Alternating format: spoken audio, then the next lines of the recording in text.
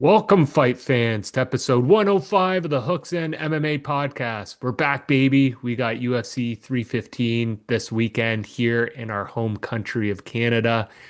This pay-per-view's got two title fights on the docket coming from Montreal, Canada, the Bell Center.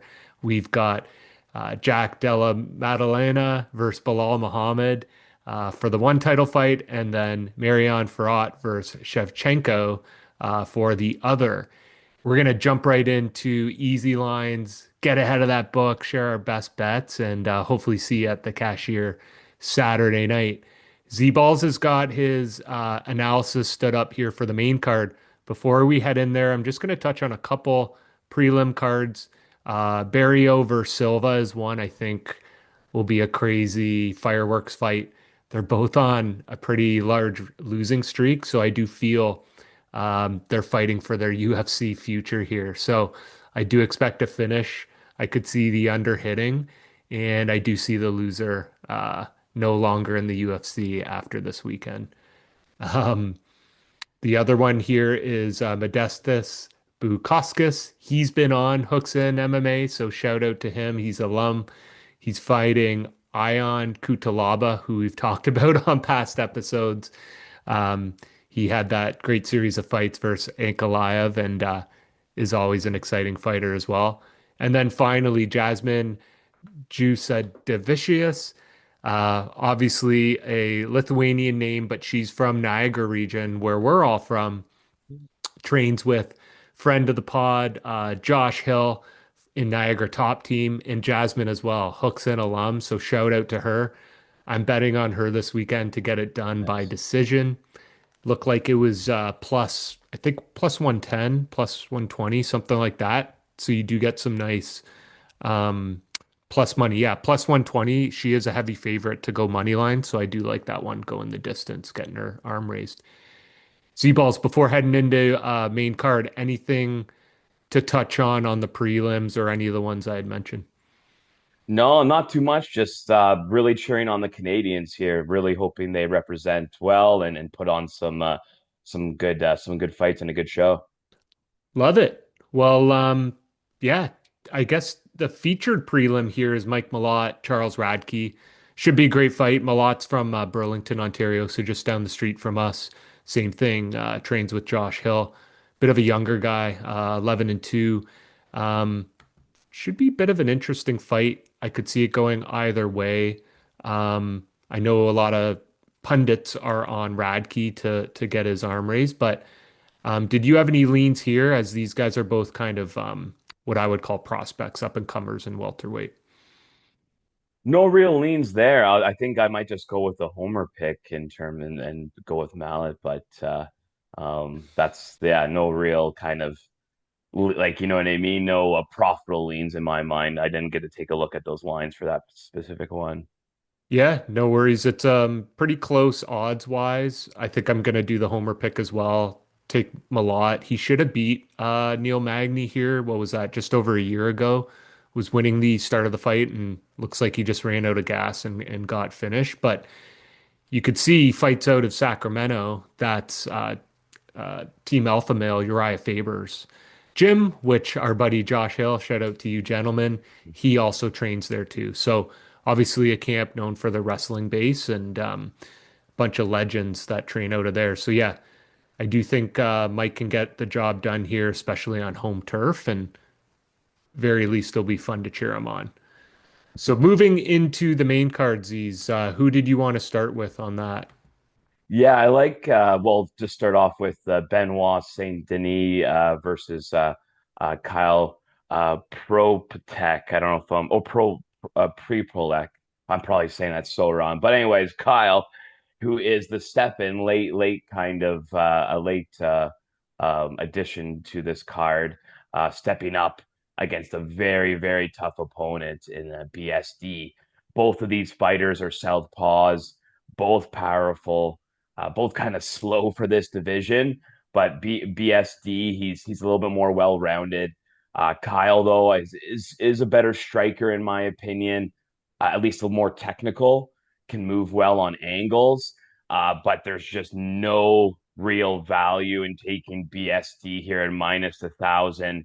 There's a reason why that is. I mean, obviously, Kyle's coming in last minute, but that's why I see some value on him. I like him at decision, actually.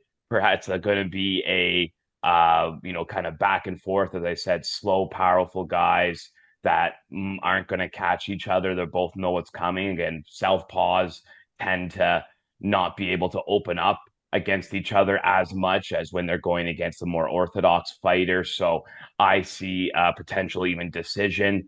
The over looks good to me. Again, value on the over 1.5 rounds. Again, that only has to go to the last 2.5 minutes or 2.5 minute mark of the second round, plus 140. Again, Kyle by decision plus 1,600. It looks to be an excellent value for me. Again, it's not obviously there's a reason why it's a huge thing. It's probably because it, is a bit of a long shot here, but at plus 1,600, I like the value there. And it's a homer pick, so why the hell not? Yep, Homer Pick and also a fellow Hooks and alum. Pretty Yep. crazy to be making his UFC debut on a pay-per-view on the main card, fighting a guy who came off Moicano and Dustin Poirier losses. Pretty nuts, which also explains the odds. Yeah. I'm seeing on Bet365 at least. I kind of like this bet boost. It's BSD on the over 1.5 plus 200. That Yep. seems pretty good for a guy who's -1,000 money line. As long Yep. as Propela can get through that first round and 2.5 minutes into the second, he just needs to survive. So I might go with that one. The other stuff is, yeah, pretty long shotty, like you mentioned. Although saying that Kyle Prepelic by decision is plus 1,600. So 17 to 1 odds seems like great value, and like a half unit could be worthwhile just to, yeah, see if the hometown kid could get his arm raised here in his debut. So, yeah, pretty cool for a 35-year-old to be making that debut so late, and better late than never, right? So, Yeah. Oh yeah. Exactly. He has nothing to lose. Everyone yeah, expects him to lose basically, right? that's right. So he has no pressure on him. Opening up, or I don't know if it's opening up the card. I think it might be like the main card. But yeah, it's gonna, Yeah. he's gonna go if he goes in with the right attitude, I think he can perform well against this type of fighter because they're both kind of similar. As long as he doesn't get caught with a big punch, then that one big punch, then he's fine because he's not faster than him, right? He's not. I mean, who knows? He might go for a takedown, might try to control it there, but that bodes well for our over anyway. So, yeah, yeah, exciting fight. Yep, you nailed it. So, heading into, did you have a pick for the Grasso Silva fight? Otherwise, No, not really. Actually, I didn't get a chance to look into this one as much. What about yourself? not not me either. So yeah, we'll jump right ahead to Jose Mhm. Aldo versus Zahibi, which very interesting kind of, can we call Aldo a gatekeeper at this point? I guess Yeah, kind maybe. of. Guy's a legend. But obviously fighting, yeah, 12 and 2, 37-year-old. So not so much young in age, but young in experience and fight record. And Yeah. so who are you liking in this one? Yeah, so I'm in general, I'm liking Jose. I like the gatekeeper or veteran as veteran that he is. But gatekeeper, I think only because that's the way UFC is kind of using him right now. They're setting it's another up like same fight up and coming kind of rising star in the UFC that the UFC has put up against Jose Aldo. He's had a number of fights like this lately. The one against Bautista most recently, I think he should have won that decision in that fight, actually, personally. But Zahibi, he's a well-rounded fighter. Can strike, grapple, but honestly, the only way I see Zahibi winning this is holding Jose against the fence. This is how Bautista fought Jose as well. This is how Marab beat him as well. I think it's the current champ, anyways. But yeah, Zahibi, has to kind of go this route because he can't really strike with Aldo, in my opinion. There's a low chance that Amon tries to take him down and he might take him down once, I think I could see, but he's not going to be able to keep him there. I'm going with Jose, second round finish. Zahibi has some large looping punches. I think Aldo will be able to catch him, and he has that type of strike. So Jose KO or TKO plus 500. Round two for him is plus 1200. So that's a nice long shot.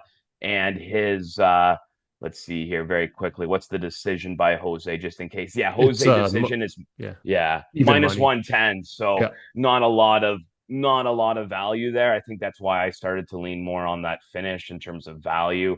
But if you wanted to go that decision, parlay it with something else or just, put a unit on it, would not be mad with anyone for doing that because I think that's, not huge value, but definitely profitable play in the long run, I think. Yeah. Yeah, what are you thinking? Yeah, I mean, it's a tough one just like odds wise. Don't really like many of the picks there. I do like the one bet boost, which is Aldo, money line.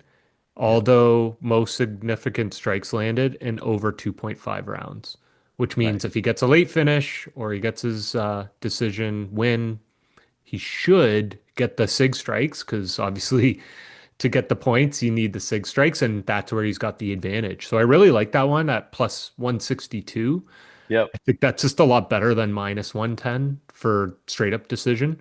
So I'm going to yep. lean on that. And then I could also see a very close, even like a split decision where Zahabi gets his arm raised. And I like that at the plus 225. So I might go like half unit on that little bet boost and then just the straight up decision win for Zahibi. So yeah, Nice. should be a good fight. And could be one of Jose Aldo's last. So we'll see what happens and should be exciting either way. Cool. Great. So that leads us right to our co-main event of the evening, which is Shevchenko versus Farhat for the flyweight championship of the world. Who do you got on this one? Yeah, so I'm taking the slight underdog here in Valentina. Both are strikers. Valentina loves the slow pace, back and forth kind of kickboxing matches. Fior will fight in this manner sometimes as well. I could definitely see that. We could also see Valentina try and take her to the ground as well. Fior, though, is very strong for this division. Good takedown defense. Main thing I think that's gonna be the main kind of key in this fight is Valentina's her speed. She's going to be much faster than Fior, combined with her obvious technical ability will be too much. I think Valentina's very well rounded. Fior's will move forward and keep that chin up. Valentina has perfect counters for that. She'll blitz forward with her head. I'm sorry. Fjord will blitz forward with her head in the air sometimes. That's the way she attacks, kind of like Whitaker, a little bit similar style and that. So I could see that being a problem. Both are southpaws, though. A lot of southpaws versus southpaws this fight or this card, but so that's going to make left kicks difficult to use or use differently in this fight when they both like to kind of do that, especially Valentina. Overall, Valentina should be able to counter and with that speed advantage win the fight. So I see Valentina by decision plus 187. For some reason, I could see it also ending up on the ground and Valentina catching her in something which she has done before to people. So decision slash submission double method victory, plus 140. I think there's some, if you want to play it safe, a little safer, you can take that as well. But yeah, what are you seeing for this one? Yeah, very close fight. Not often do you see the challenger as the favorite, so that's kind of a rare occurrence. Hmm. I'm liking the one bet boost, which is Valentina money line, most SIG strikes landed, and then 20 plus SIG strikes landed in round one.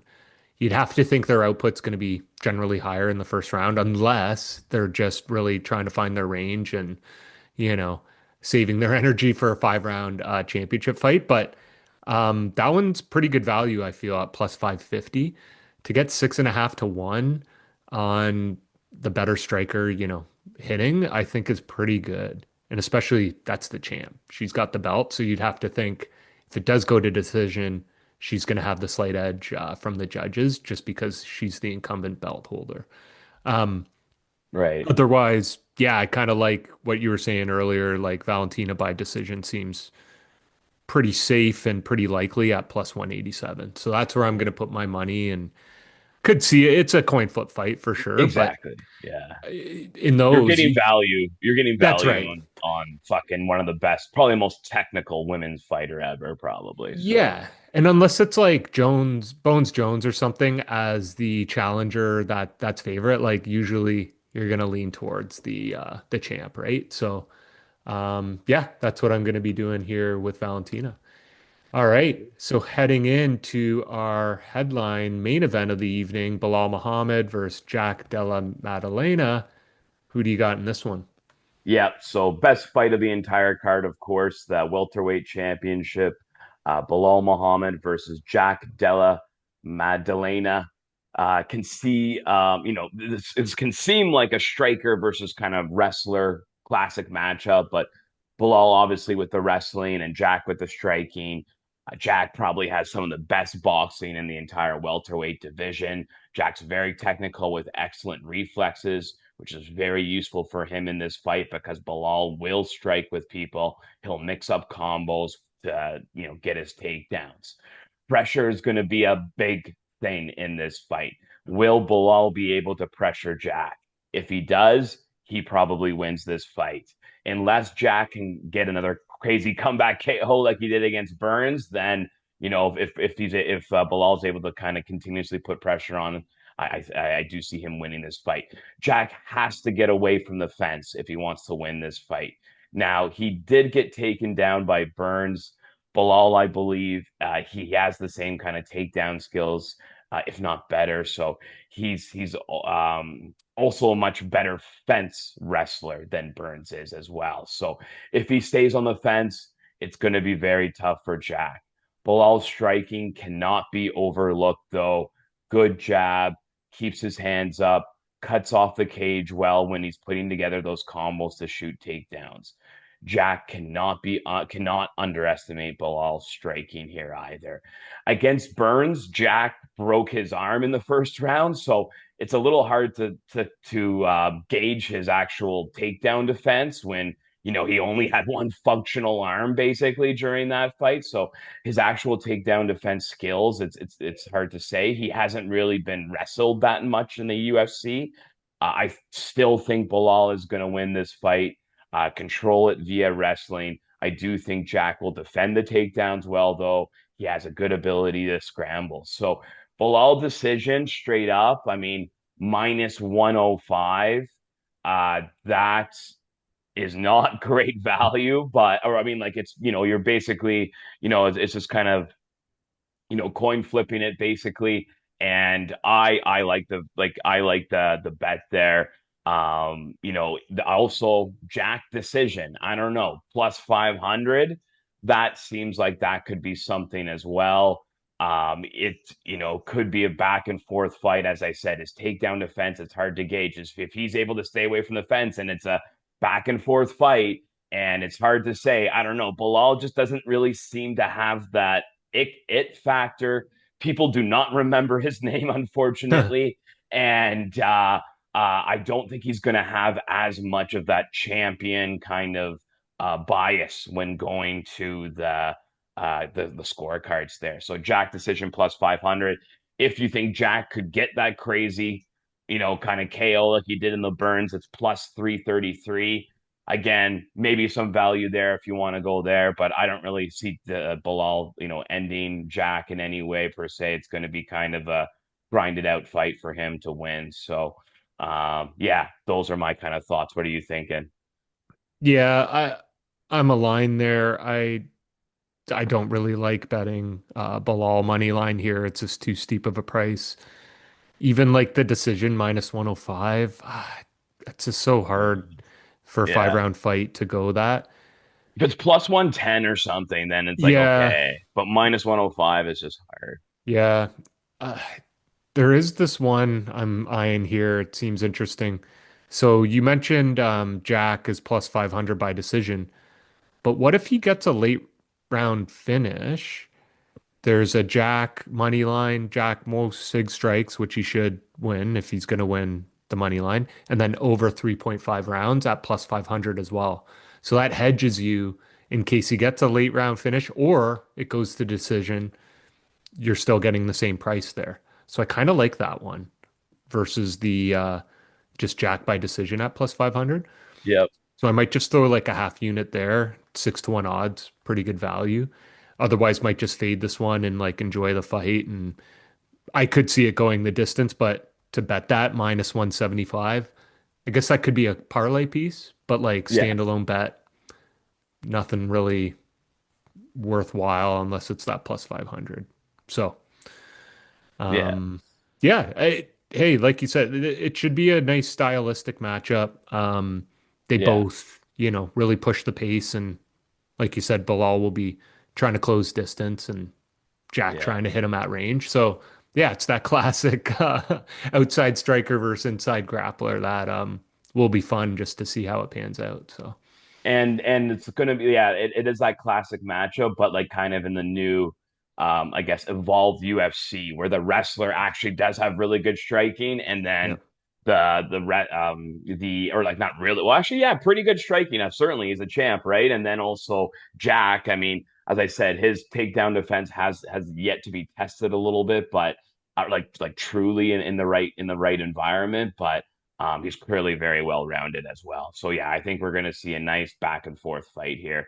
More exciting than some of other Bilal's fights have been. So yeah, totally. Well, that's a wrap on episode 105, UFC 315. Thanks for tuning in. We'll get ahead of that book with y'all. See you Saturday night at the cashier, and we'll catch you on the next episode. Let's get it.